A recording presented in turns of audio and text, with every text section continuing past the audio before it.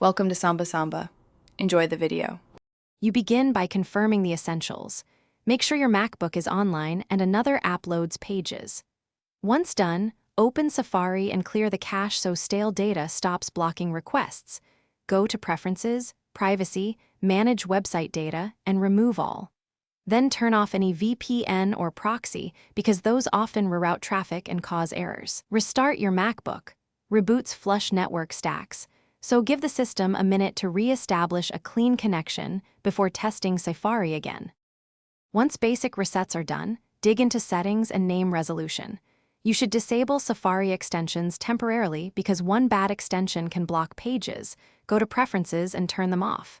Next, switch DNS to reliable public servers like 8, 8, 8, 8 and 1, 1, 1, 1 to bypass ISP name issues, then flush the DNS cache in terminal with the appropriate commands so old entries vanish.